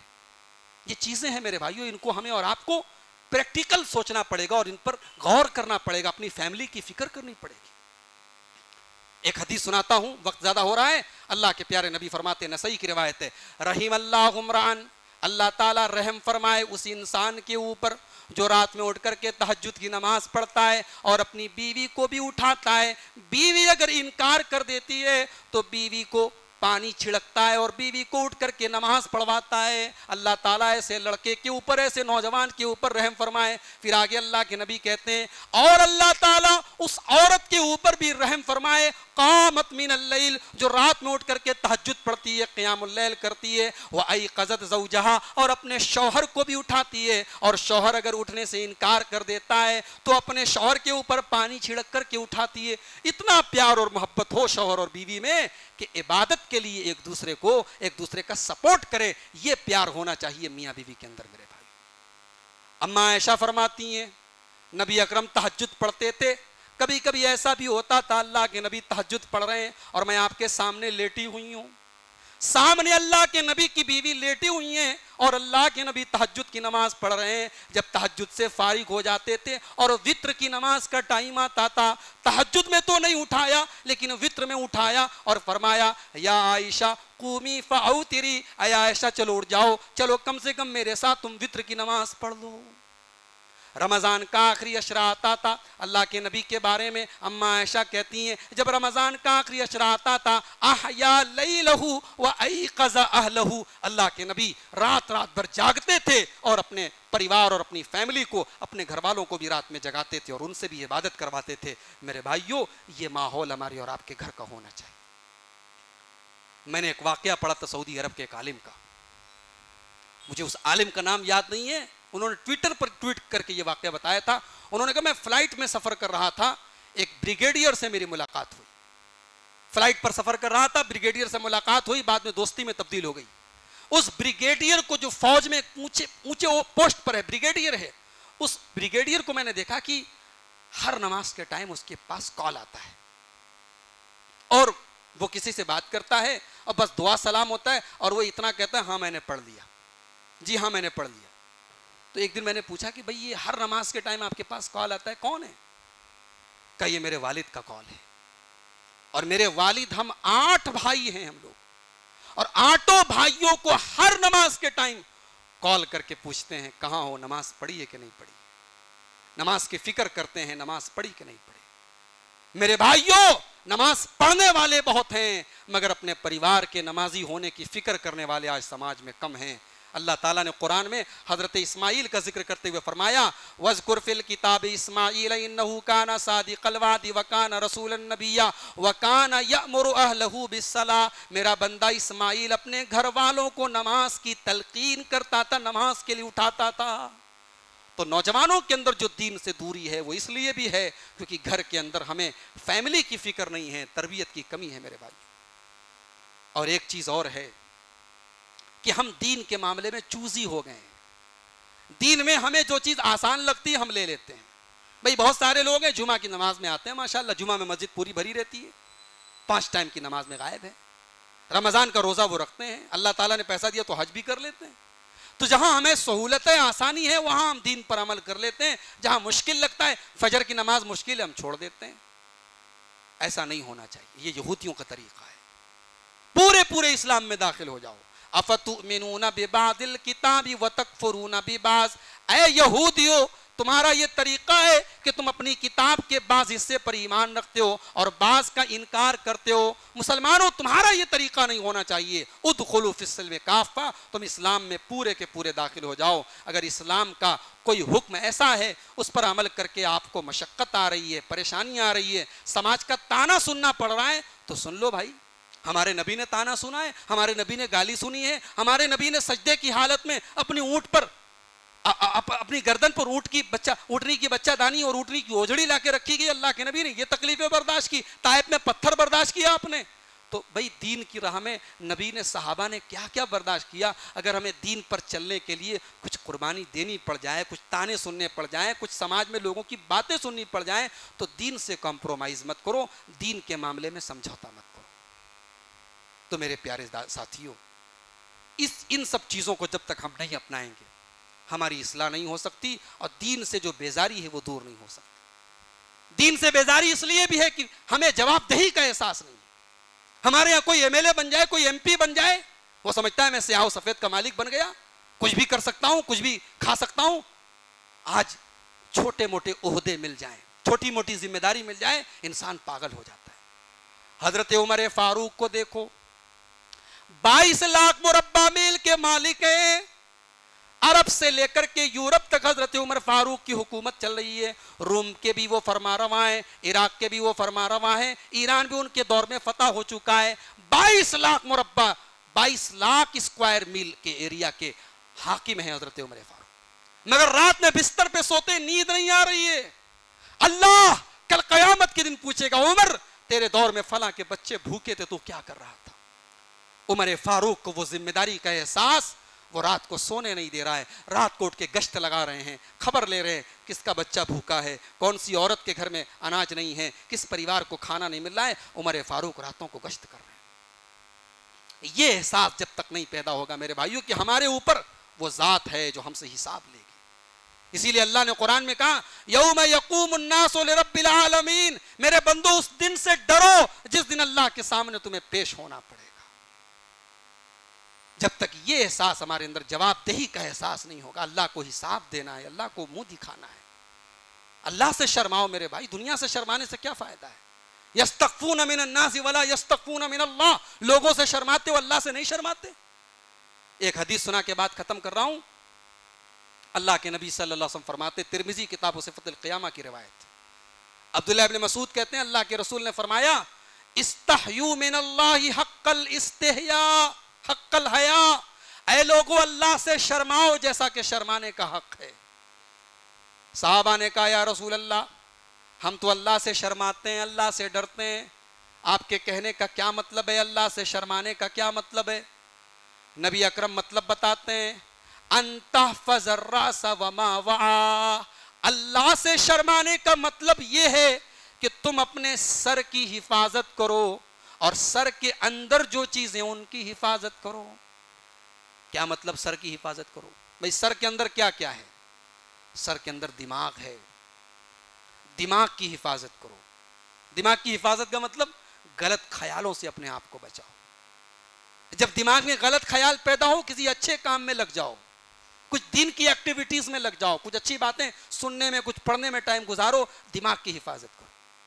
سر کی حفاظت میں آنکھ شامل ہے. مارکیٹ میں گئے, اب ظاہر ہے کہ غلط چیزیں سامنے آ رہی ہیں نظروں کے, آنکھوں کی حفاظت کرو.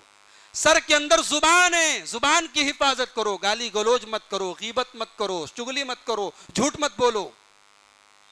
سر کے اندر کان ہے, کان کی حفاظت کرو. کان میں غلط باتیں نہ سنو, ایئر فون لگا کے گانے نہ سنو, میوزک نہ سنو, شکوے شکایت نہ سنو. یہ تمام چیزیں اللہ کے رسول کے اس ایک جملے کے اندر آ گئیں. ان تحفظ الراس وما وعا. اللہ سے شرمانے کا مطلب یہ ہے اپنے سر کی حفاظت کرو, اور سر کے اندر جتنی چیزیں ان کی حفاظت کرو. والبطن وما حوا. اور اگلی چیز اللہ کے نبی فرماتے ہیں کہ اپنے پیٹ کی حفاظت کرو. اور پیٹ سے جو چیزیں ریلیٹڈ ہیں, پیٹ سے جو چیزیں لگی ہوئی ہیں, پیٹ کی حفاظت کا ایک مطلب تو یہ ہے کہ حرام کا لقمہ اپنے پیٹ میں مت ڈالو, حرام سے اپنے پیٹ کو بچاؤ. اور پیٹ سے لگی ہوئی چیزوں میں انسان کی شرمگاہ ہے, شرمگاہ کا غلط استعمال مت کرو. زناکاری اور بدکاری سے بچو. وَتَتَذَكَّرَ الْمَوْتَ وَالْبِلَا. اور تیسری چیز اللہ کے نبی کہتے ہیں کہ موت کو یاد کرو, اور یاد کرو کہ ایک دن تم مٹی کے اندر پرانے ہو جاؤ گے, مل جاؤ گے.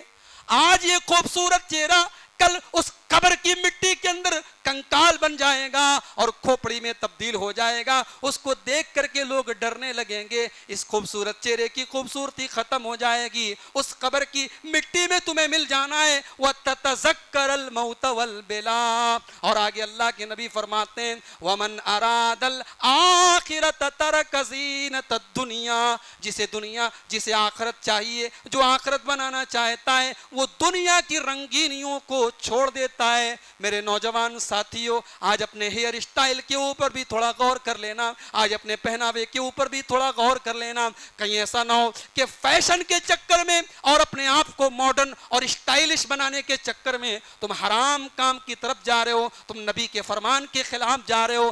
دنیا کی زینت اور دنیا کی رنگینیوں کے چکر میں اتنا آگے نہ بڑھ جاؤ میرے بھائیوں اور میری بہنوں کہ تم آخرت سے اپنے ہاتھ دھو بیٹھو. اللہ کے نبی نے کہا اتنی چیزوں کو جو کر لے سمجھ لو کہ اس نے اللہ سے حیا کا حق ادا کر دیا. میرے پیارے ساتھیوں, ان چیزوں کو اگر ہم اپنا لیں تو میں امید کرتا ہوں کہ ہمارے نوجوانوں کے اندر جو دین سے بیزاری اور دین سے دوری ہے وہ ختم ہو جائے گی. پروردگار سے دعا ہے الہ العالمین ہم سب کو دین پر چلنے کی اور آخری دم تک ایمان پر قائم رہنے کی توفیق عطا فرمائے.